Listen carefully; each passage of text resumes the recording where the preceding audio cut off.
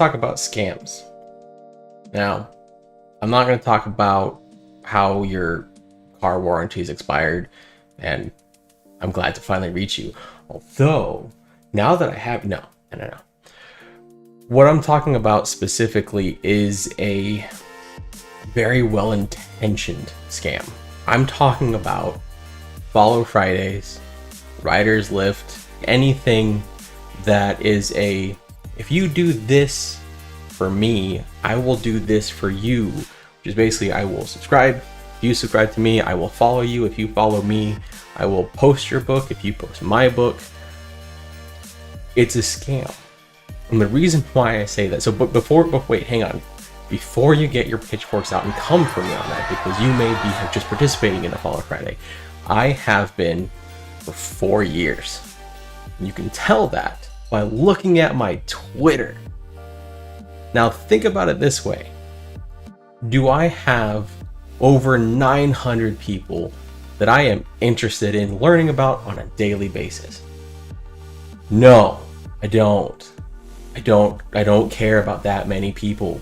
My brain space doesn't have enough room for that many people to engage with 900 people individually every single day.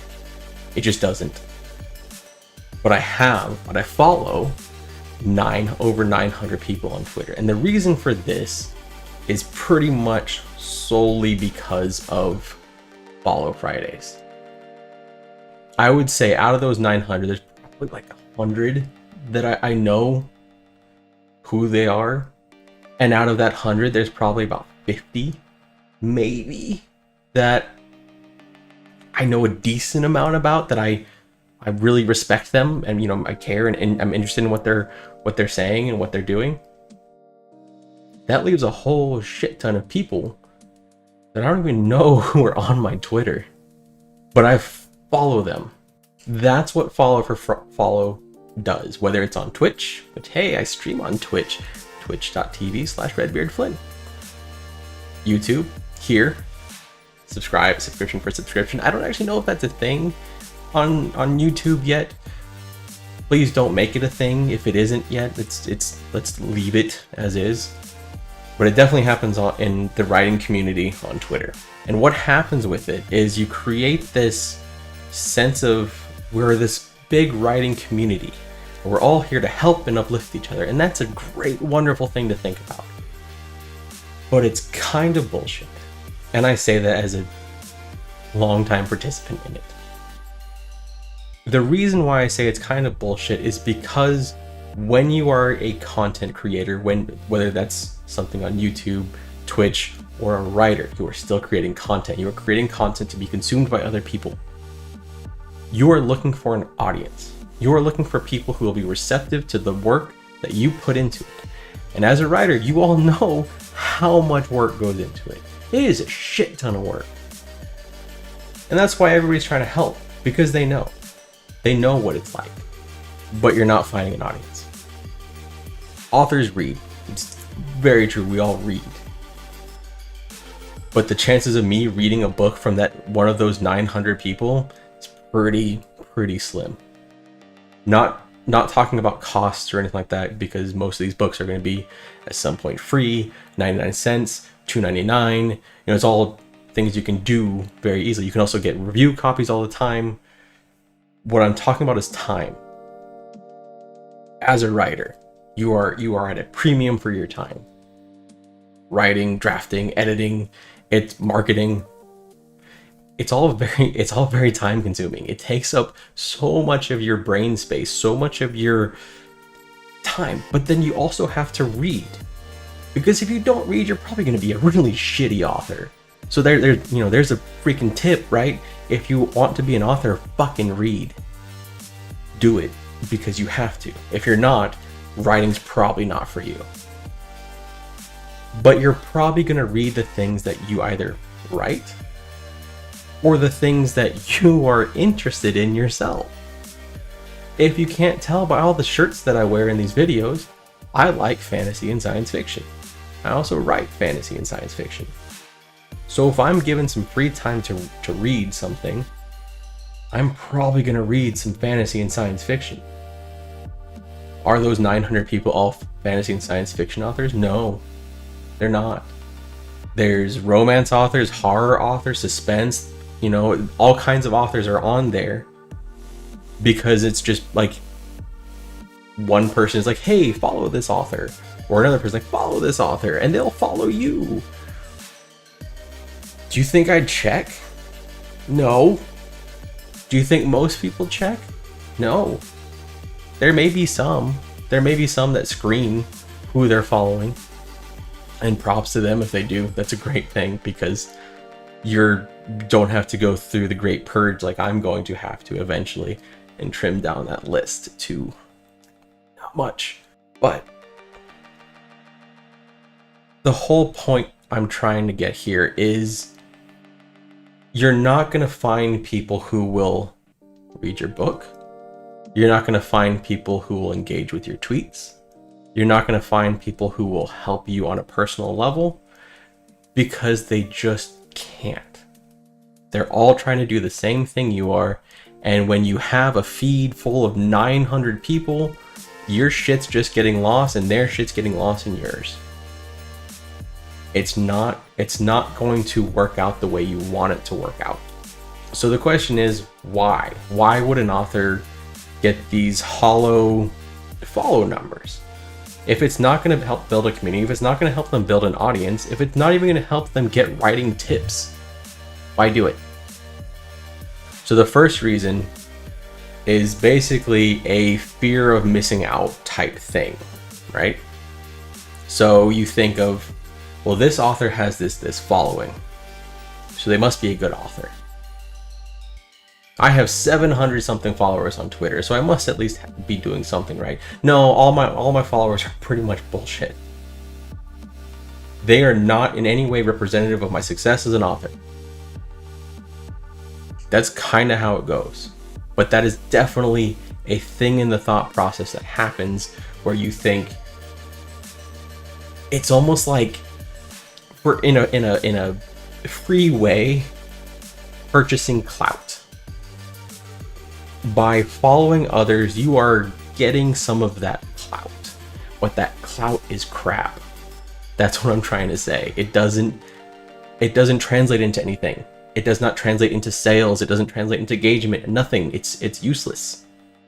So then there's reason number 2. And this reason to me sounds more like a myth than even the first one.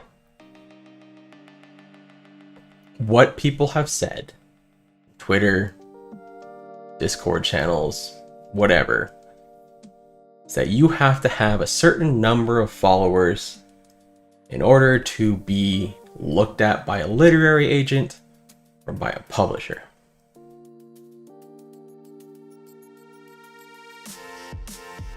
Now, part of the reason for this obviously stems from the fact that publishing now, a lot of that's gonna, all the advertisement and marketing and things like that, it's all gonna come back on you. Unless you're James Patterson,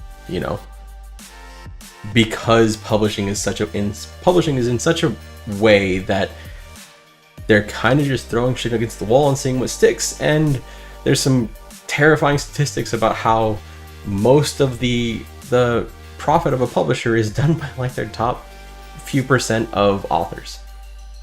So even if you get a publishing deal, it's not like you've made it. It doesn't mean you've made it. That means that you have found something that someone thought might be marketable. But they're kind of putting the cart before the horse here, right, in this argument. So it's what they're saying is it's not your writing that would get you the publishing deal, but the amount of people you have engaged with on social media. I guess the idea of that would be you are already proficient in marketing enough to get that much of a following. My question about that is, if you're already that proficient in marketing that way, why do you need a publisher? Because what are they going to do that you're not already doing? No one picks a book based on their publisher. But this still persists that an agent is not going to look at you if you have 10 followers. That's 10. That was 5. That's 10. 10 followers on Twitter. And there may be some truth to that. There may be a kernel in there. Maybe if your writing is similar to another writer and that writer has shown engagement and that they are looking at and focusing on marketing as a very important part of their strategy, that might show that to at least that agent or publisher that there's less work to do with this one person. I know when I first launched Rise, I had no marketing plan whatsoever. Zero. Marketing to me has been the most difficult part of writing. And I say that without any joke or thing behind it. It is literally the hardest thing for me when it comes to this. Partially because for 2 years after launching Rise, I was still very cagey about it. I didn't want to tell people about it. I thought I was annoying them by talking about it. So I used Twitter as my platform because Twitter was where I was, felt safe to, like, if you're following me on Twitter, it's because you want to know shit about my writing, right? So it's difficult. Marketing is difficult. And there could be some connection between doing the work beforehand and then getting the publishing or agent deal, right? But if you have good writing, that's what's going to draw them to you, not the number of Twitter followers. Because I mean, the whole idea of your social media presence somehow being the way that you land a deal seems so counterintuitive to how it's supposed to work. And if that is the way it works, we're all kind of fucked. The idea is your writing should be your pitch. You can garnish it with a social media following. But if we go back to these numbers right here, you don't think that a literary agent or a publisher is going to know what this means? You don't think they're going to do the math? That they're going to look at the ratio of follower to followed? It's so easy to see. Now, if I had 700 followers and 20 that I followed, that's a very different thing. That means that I actually have probably an audience, right? At least somewhat of an audience. You're not getting what you want out of it from doing follow for follow in the first place. Because it is very clear when you're doing that. And the reason I say that's a scam is because when there's anything that says you're doing it for free, which this is a follow for a follow, it's free. You don't have to do anything. You just click a button. There's gonna be a catch. And there's a pretty big one with this. That's why I would urge you, don't follow people you don't care about. If you're being lumped into Follow Fridays, vet them. Are they people that you find interesting? Don't just feel the need because you're new and starting out that you have to follow everyone. Don't make the mistakes that I've done, because you're going to have to purge the shit like I'm going to have to purge the shit. And it's going to upset people. Basically, that's what I'm trying to say is avoid follow for follow because it's not going to get you where you want to go. All that said, you can still like and subscribe here. That's not a scam. Or is it?